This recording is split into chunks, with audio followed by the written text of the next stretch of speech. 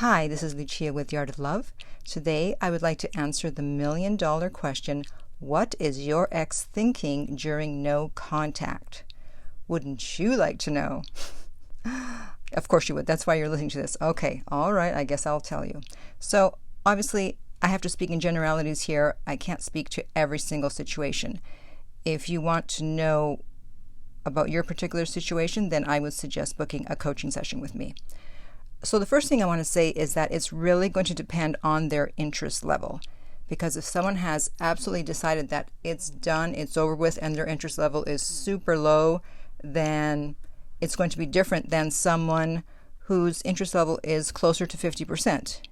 Now, obviously, their interest level was below 50, otherwise they wouldn't have broken up with you.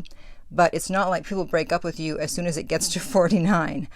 They may stick around for a couple of months, a couple of weeks, and it may be at 40, it may be at 35.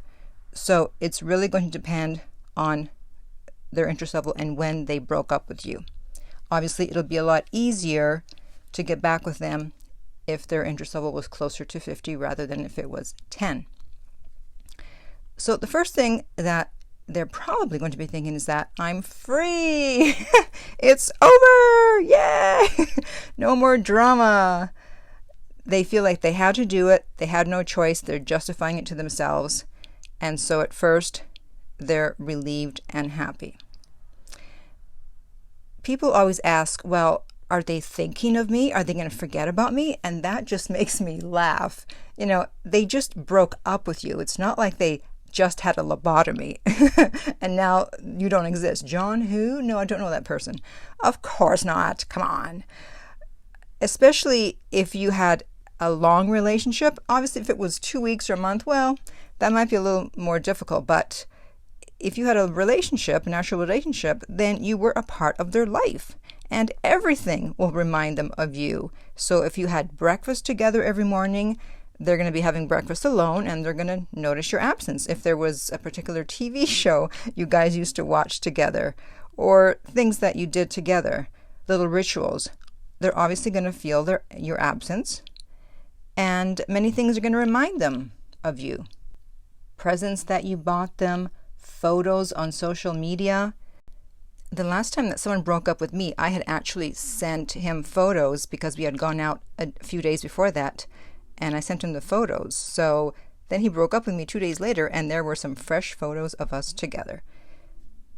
So they're not going to forget about you, and they are going to be thinking of you. One thing they're going to be thinking is that they can have you back at any time. Even if you just said, okay, as I usually recommend, and just walked away, they're thinking, yeah, they're just putting on a brave front. I can get them back at any time. That's why no contact is so important, because when you don't contact them, now what they're going to be thinking is, what's going on here?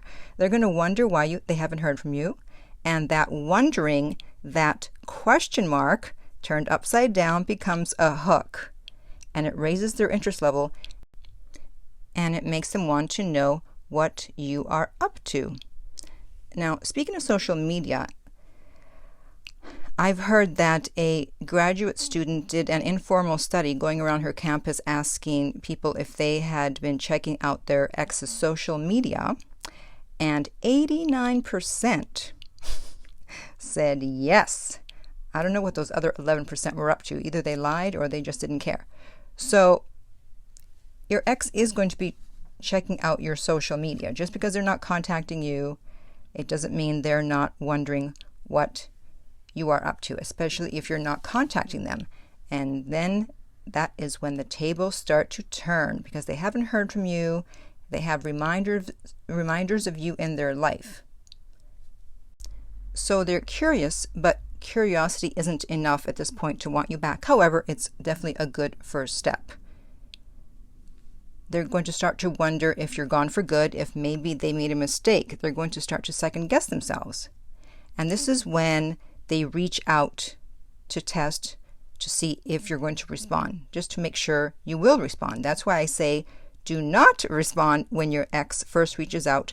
Don't appease their anxiety. You have to let it build unless they say something substantial, which, you know what, they usually don't. Okay, don't expect them to say something substantial in the first text. Usually it's just, how are you? Or hey, what's up? Or please let me know you're okay. You don't need to respond to any of those. I want to read a small section here from one of my favorite books called More Love Tactics. And it says, if you want someone to really want you, you've got to be willing to hold off from reassuring them long enough to give them a chance to experience some pain over you. If the one you want doesn't have the power to make you miserable, they don't have the power to make you happy either. So in experiencing that anxiety, when you don't respond to them, they're going to start interpreting that as being interested in you and caring for you and still loving you. Otherwise, they wouldn't be upset that you don't respond when they reach out.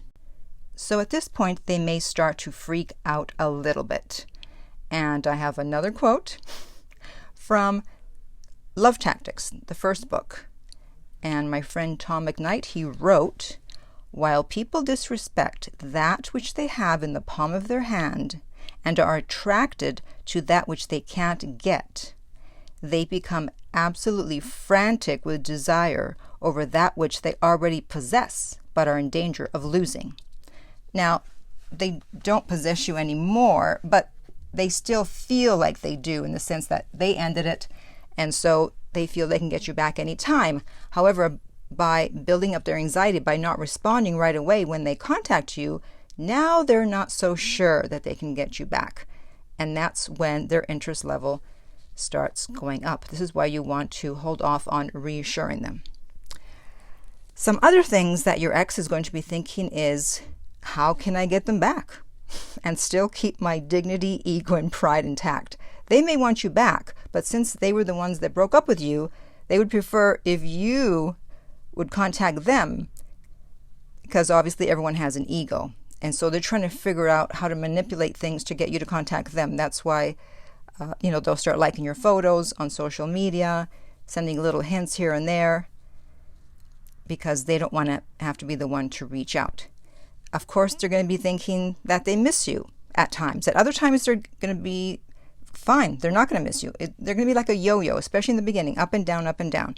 Sometimes they'll miss you, sometimes they won't. And that's why when they reach out in the beginning, it's because they do miss you. But then when you reassure them that you're there, then they're okay and they don't miss you. And that's why they then disappear. And you wonder, why did they contact me? That's why.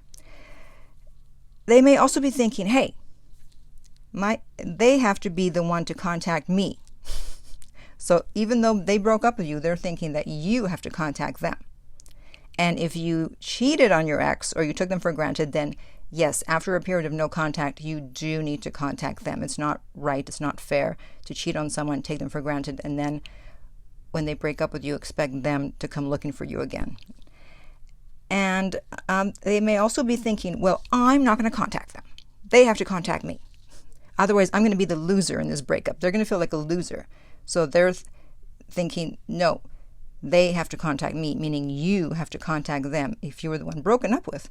This is why I put out that video where I said after 9 months, if you are emotionally okay and you're okay with the outcome, that it's okay to reach out, because sometimes someone will get back with you, but they don't want to reach out and they're going to be stubborn. And then when you reach out, they answer right away and they get back together. But I don't suggest doing that until at least 9 months has passed. We want to give them lots of time to decide to reach out. And also you need to heal and be okay with whatever outcome, so that if they don't want to get back with you, if they don't respond to your text or call, you're fine and it's not a setback for you. So if you would like information about your situation, find out what your ex is thinking, you can contact me about private coaching at theartoflove.net. If you're listening on YouTube, please like and subscribe. If you're listening on iTunes, I would appreciate if you would leave a review. And finally, remember that love inspires, empowers, uplifts, and enlightens.